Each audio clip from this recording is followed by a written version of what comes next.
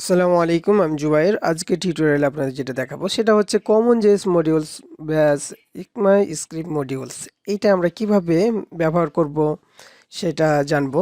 তো এই টপিকটা অনেক গুরুত্বপূর্ণ, তাই অবশ্যই আমরা কি করব, এই টপিকটা একটু ভালো করে জেনে নেব। এখানে কমন জেএস নামে একটা ফাইল নিয়েছি এবং ECMAScript.mjs নামে একটা ফাইল নিয়েছি, আর এখানে ইন্ডেক্সটা ব্যবহার করেছি। হ্যাঁ, আর এখানে নোড.js যেটা আছে, এখানে নোট আমরা লিখেছিলাম যে এখান থেকে আপনি কি পাবেন, যে এর মধ্যে যদি যান তাহলে দেখতে পাবেন এখান থেকে আমরা এগুলা ব্যবহার করেছি, যে নোড.js যেভাবে শিখবেন এখান থেকে। আর এই যে মডিউলসগুলো পাবেন এখান থেকে, আপনারা আরো ভালো মতন বুঝতে পারবেন কিভাবে আমরা এটা ব্যবহার করছি। তো কি করব, প্রথমে আমি কমন যে মডিউলসটা আমরা দেখানোর চেষ্টা করব। তো আমরা এটাকে কি করি, কমেন্ট করে দিলাম এবং এইটাকে এইভাবে ব্যবহার করতে পারি। এই যে একটা ফাংশন আমরা যেভাবে তৈরি করি সেটা ফাংশন তৈরি করলাম এবং এর মধ্যে একটা কনসোল দিয়ে দিলাম। কনসোলের মধ্যে আমরা এটাকে যদি কি করি, এক্সপোর্ট করি, মডিউল ডট এক্সপোর্ট সমান এই ফাংশনটাকে ব্যবহার করি, তাহলে কি হবে, এটা ডিফল্ট এক্সপোর্ট হবে, ডিফল্টভাবে এক্সপোর্ট হবে। হ্যাঁ, তো এই ফাইলটাকে আমরা যে কোনো জায়গাতে ব্যবহার করতে পারি। এখানে যদি আমরা ব্যবহার করতে চাই, তার আগে আমরা যেটা করব, এখানে নোড মন যেটা আছে সেটাকে ব্যবহার করব। এখানে নোড মনটা দেখতে পাচ্ছি না। তো এখানে আমরা npm যেটা আছে সেটাকে ইনস্টল করে নিই। npm i নোডমনটাকে ইনস্টল করে নিই, তাহলে npm নোড মডিউলস যেগুলো আছে সেগুলো ইনস্টল হয়ে যাবে। তো এখন প্যাকেজটা দেখি যদি, এখানে নোড মনটা আমরা এখনো দেখতে পাই না। npm i নোড মনটা চলে আসার কথা। তো এখানে কি করি, npm রান, এখানে দেব ব্যবহার করেছি, তাই দেব দিলাম, তাহলে এটা রান হয়ে গেল। আর এইটাকে আমরা রাইট সাইডে নিয়ে চলে গেলাম, তাহলে বুঝতে সুবিধা হবে। তাহলে আমরা প্যাকেজ ডট আগে টিউটোরিয়ালগুলো দেখলে আপনারা বুঝতে পারবেন যে কিভাবে আমরা এটাকে ইনস্টল করব, তারপর এখানে কিভাবে রান করব সেটা বুঝতে পারবেন। তো এখানে যাওয়ার পর আমরা যখন এই ফাইলটাকে এক্সপোর্ট করলাম, এই ফাইলটাকে যে কোনো ফাইলের মধ্যে আমরা ইনপোর্ট করে ব্যবহার করতে পারবো। এটা কমন জেএস এর মাধ্যমে কিভাবে ইনপোর্ট করব সেটা হচ্ছে, এইখানে ধরেন এই রিকোয়ার ব্যবহার করলাম।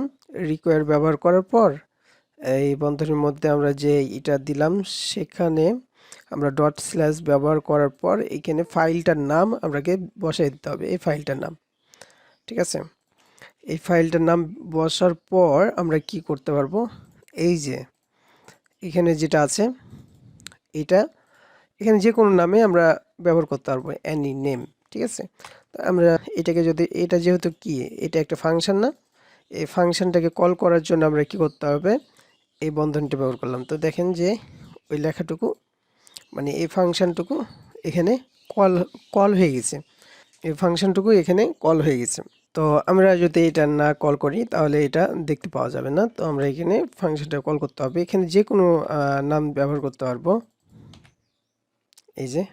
ঠিক আছে, তো এভাবে একটা ব্যবহার করতে পারবো। আরেকটা বিষয় হচ্ছে কি, যে এই কমন যে জিনিসপাতিগুলো আছে এটা এরকমভাবে ব্যবহার করতে পারি। আরেকটা হচ্ছে এই যে মডিউল যেটা আছে, মডিউল এক্সপোর্ট, আর এখানে যে ফাংশনটা দিবেন, মানে যে ভ্যারিয়েবলটা লিখবেন এখানে, যে ফাংশন নামটা লিখবেন এখানে এভাবে দিতে হবে। দেওয়ার পর আপনি দেখা যাচ্ছে যে এখানে আপনি কি একটা অ্যারো ফাংশন ব্যবহার করতে পারেন। অ্যারো ফাংশনের মধ্যে আপনি যে কোনো জিনিস লিখতে পারেন একইভাবে।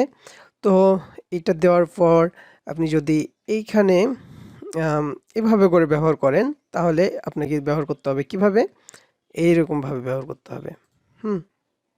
তারপরে এটাকে আপনাকে এভাবে ব্যবহার করতে হবে, এই যে।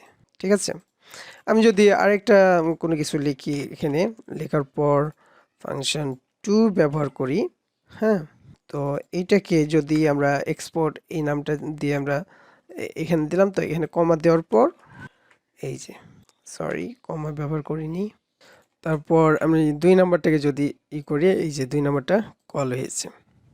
তো আশা করি বুঝতে পারছেন আমরা একসাথে দুইটাকেও ব্যবহার করতে পারি। ঠিক আছে? তো এভাবে করে আমরা কিন্তু এই কমন জেএস যখন ব্যবহার করব তখন এভাবে ব্যবহার করব। ঠিক আছে? এখন কমন জেএস এর পার্টটুকু আমরা এখানেই শেষ করতে পারি। উম, তারপর আমরা ECMAScript আমরা মডিউলস যেভাবে ব্যবহার করব সেটা। তো ECMAScript আমরা ব্যবহার করার জন্য আমরা প্রথমে কি করতে হবে? প্রথমে ফাইলটার নাম দেওয়ার পর mjs ব্যবহার করতে হবে। তাহলে ECMAScriptটা ব্যবহার করতে পারবো mjs, এবং প্যাকেজ ডট জেএস এর মধ্যে আমরাকে যেটা ব্যবহার করতে হবে সেটা হচ্ছে টাইপটা আমরা কি করে দেব? মডিউল করে দেব। তাহলে ECMAScriptটা এখন কাজ করবে। তো ECMAScriptটা কাজ করার জন্য আমরা কি এখন যেটা করতে হবে, এখানে যে ফাইলটা আছে এখানে, তো এই যে ফাইলটা আমরা প্রথমে যদি আমরা এগুলো কি করি, একটা করে মুছে রাখি। যদি আমরা এটাকে ব্যবহার করতে চাই এই ফাইলটাকে, তাহলে আমরা কি করতে হবে? যেটা করা লাগবে সেটা হচ্ছে আমরা প্রথমে এটাকে ইম্পোর্টটা কি করতে হবে? আমরা ইম্পোর্ট ফ্রম, আর এটাকে আমরা সেকেন্ড বন্ধনের মধ্যে লিখে দিতে হবে যে এইটা কোনটা দিয়ে আছে, অ্যাড অন যেটা দেওয়া আছে সেটাকে এর মধ্যে দিতে হবে। দেওয়ার পর যেহেতু এটা ফাংশন, এই ফাংশনটাকে আমরা কি করতে হবে? কল করে দিতে হবে ফাংশন, এবং এইটাকে কোনো কনসোল লগ করা নাই, এবং কনসোল লগ করার জন্য আমরা এখানে কনসোল ডট লগ করি যদি, এবং এর মধ্যে একটা ভ্যালু দিই। এই ভ্যালুটা কি হবে?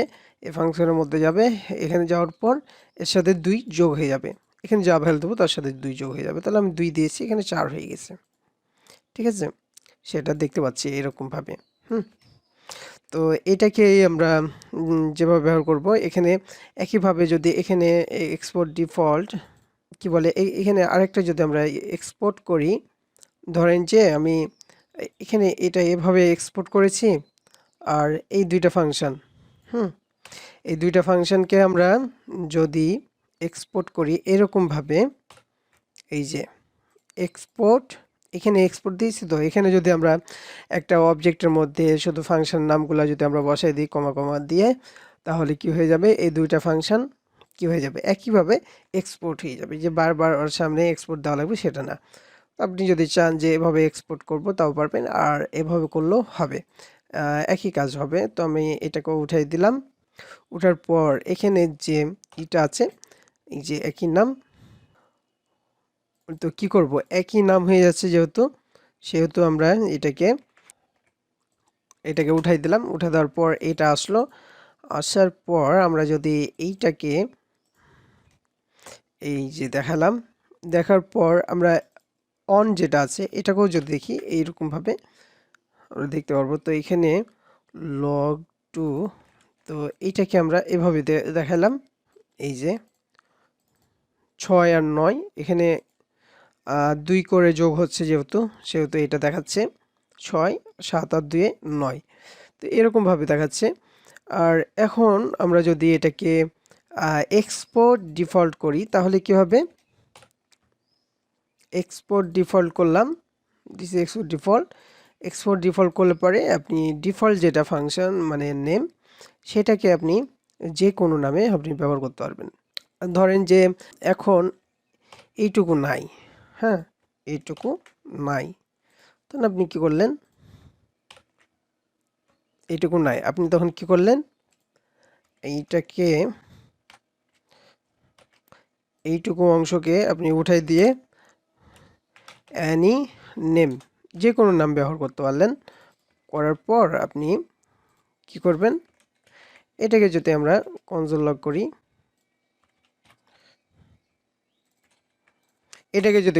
করি, তাহলে দেবো দিস ইজ এক্সপোর্ট ডিফল্ট। ঠিক আছে?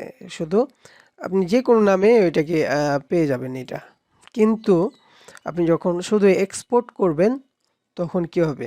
শুধু ওই নামটাকে আপনি নিতে হবে এবং এভাবে করে ব্যবহার করতে হবে। এই বন্ধনীর মধ্যে যেভাবে ব্যবহার করলাম সেভাবে ব্যবহার করতে হবে। আর এরকম যদি হয় যে আপনি সবগুলাকে কি করবেন, এক্সপোর্ট ডিফল্ট কিন্তু একবারই ব্যবহার করতে পারবেন, ঠিক আছে? একটা ফাইলের মধ্যে একটাই এক্সপোর্ট ডিফল্ট থাকবে, যে আপনি একের অধিক এক্সপোর্ট ডিফল্ট করবেন সেটা কিন্তু হবে না। তো এখানেই দেখেন যে একসাথে এক্সপোর্ট করা আছে আর এখানে এক্সপোর্ট ডিফল্ট করা আছে। তো একই সাথে কিভাবে এটা ব্যবহার করবেন সেটা করার জন্য আমরা যেভাবে করব সেটা হচ্ছে এই যে প্রথমে আপনি যে কোনো নাম দিয়ে দিলেন, মানে এক্সপোর্ট ডিফল্টের জন্য নাম দিয়ে দিলেন। দেওয়ার পর কি করবেন, এক্সপোর্ট ডিফল্টটাকে যদি আমরা প্রিন্ট করাতে চাই, এই যে দেখেন এটা কিন্তু দেখতে পাচ্ছি, ঠিক আছে? এটা ডিফল্ট ফাংশনের জন্য, এই যে ডিফল্ট ফাংশনের জন্য এখানে যা দিবেন সেটা, এক্সপোর্ট ডিফল্টের জন্য যা দিবেন সেটা এই যে কমার মধ্যে, এই কমা দেওয়ার আগে যে কোনো নাম দিতে পারবেন। হ্যাঁ, দেওয়ার পর যেগুলা এক্সপোর্ট করা আছে শুধু, ধরেন যে এটা এক্সপোর্ট করা আছে এটার, এটা এক্সপোর্ট করা আছে এটার, তো কি করবেন, ওগুলার জন্য আপনি এইরকমভাবে ব্যবহার করতে পারবেন। মানে এইরকমভাবে আমরা ব্যবহার করছিলাম, কমা দেওয়ার পর এভাবে করে ব্যবহার করলাম, ঠিক আছে? তো এগুলা ব্যবহার দেখেন যে অন টু যেটা আছে, তো এটা দেখেন অ্যাড টু অ্যাজ টু। হ্যাঁ, এটার মানে হচ্ছে কি, আমি যদি অ্যাজ টু না ব্যবহার করি তাহলে কি হবে, অ্যাজ টু না ব্যবহার করি তাহলে এটা এরকমভাবে প্রিন্ট হবে, সমস্যা নাই। এই তিনটাই প্রিন্ট করেছে। আর যখন আমি অ্যাজ টু ব্যবহার করছি, অ্যাজ টু মানে এটার নামটাকে আমি চেঞ্জ করে, এখানে চেঞ্জ করে টু নামে আমরা এটা কিন্তু পাবো। এখন দেখেন এইটার নামটাই হয়ে যাবে টু, এখানে আপনি নামটাকে চেঞ্জ করে দিতে পারছেন, ঠিক আছে? আপনি এখানে আপনি এইরকমভাবে আপনি এটারও নাম চেঞ্জ করে দিতে পারবেন, অ্যাজ লিখে অ্যাজ অন। এখন কি নামে ডাকবেন এটাকে, অন নামে, ঠিক আছে? তাহলে সেটা কাজ করবে। তো এভাবে করে কাজ করতে হবে, আমি এটা দিয়ে বুঝালাম। আর এটা ঠিক আছে, তো এভাবে করে এটা বুঝতে হবে। আর এখানে এইটাকে আমরা একটু করে দিই। আর এটা হচ্ছে কি, ফাইলটাকে নিলাম, নেওয়ার পর এখানে যখন আমরা ব্যবহার করব, এটা ব্যবহার করব হচ্ছে স্টার দিয়ে দেবো, import star as all, star দিলাম মানে সবগুলোই চলে আসলো, ঠিক আছে? অ্যাজ এই সবগুলাকে আমরা একটা নাম দিলাম, হচ্ছে এটা নাম দিলাম, ঠিক আছে? এটার নাম দেওয়ার কারণে দেখেন এইটুকুকে শুধু যদি দেখতে চাই এইটুকুকে, তাহলে কি হবে, এই যে দেখেন যত কিছু আছে নাল প্রোটোটাইপ, এখানে add one, add three, add two, default, যেটা ফাংশন আছে সবগুলোই কিন্তু আমরা এর ভিতরে দেখতে পাচ্ছি, ঠিক আছে? এই তিনটা এর ভিতরে কি কি আছে সেগুলো দেখতে পাচ্ছি। তো এখন অ্যাড থ্রি যদি দেখি, ডট, যেহেতু এটা অবজেক্টের মধ্যে আছে, ডট থ্রি, এবং এর মধ্যে কি নাল দেওয়া আছে, আমি 6 দিলাম, দেখেন ওটা কিন্তু হয়ে গেল। এর মধ্যে যেটা দিচ্ছি সেটা কিন্তু এর মধ্যে যাচ্ছে, যাওয়ার পর 2 যোগ করে দিচ্ছি। তো আশা করি এগুলো বুঝতে পারছেন। একইভাবে এগুলোকেও আমরা ব্যবহার করতে পারবো, ঠিক আছে? তো আশা করি কমন জেএস মডিউলস এবং ECMAScript মডিউলস সম্বন্ধে আপনারা বুঝে গেছেন। তো আজকে টিউটোরিয়াল আপনারা কি করবেন, এটা একটু ভালো করে বোঝার চেষ্টা করবেন কিভাবে এটা হচ্ছে না হচ্ছে, কেননা এই টপিকটা কিন্তু অনেক গুরুত্বপূর্ণ। তাই অবশ্যই কি করতে হবে, আমাদের এই টপিকটা সম্বন্ধে ভালো একটা ধারণা নিতে হবে। আপনারা কি করবেন, এখানে আপনারা যেভাবে প্যাকেজ ডট যে জেসন যে আছে, যেভাবে আমরা প্রথম টিউটোরিয়ালে তৈরি করেছিলাম না, প্যাকেজ ডট জেসন, তারপর নোড মডিউলস, তারপর নোডমন, সেভাবে আপনারা কি করবেন, ওইভাবে আপনারা ইনস্টল করবেন। করার পর এই যে 3টা ফাইল আছে, 3টা ফাইল তৈরি করবেন। তারপর ইনডেক্স ডট জেএস যেভাবে আমরা ওইটাকে ইম্পোর্ট এক্সপোর্ট করছি, ইম্পোর্ট করছি, সেভাবে আপনারা ইম্পোর্ট করে এটা ব্যবহার করে দেখাবেন। তো এটাই ছিল আপনাদের আজকের কাজ। তো আজকে টিউটোরিয়াল এ পর্যন্ত। আল্লাহ হাফেজ।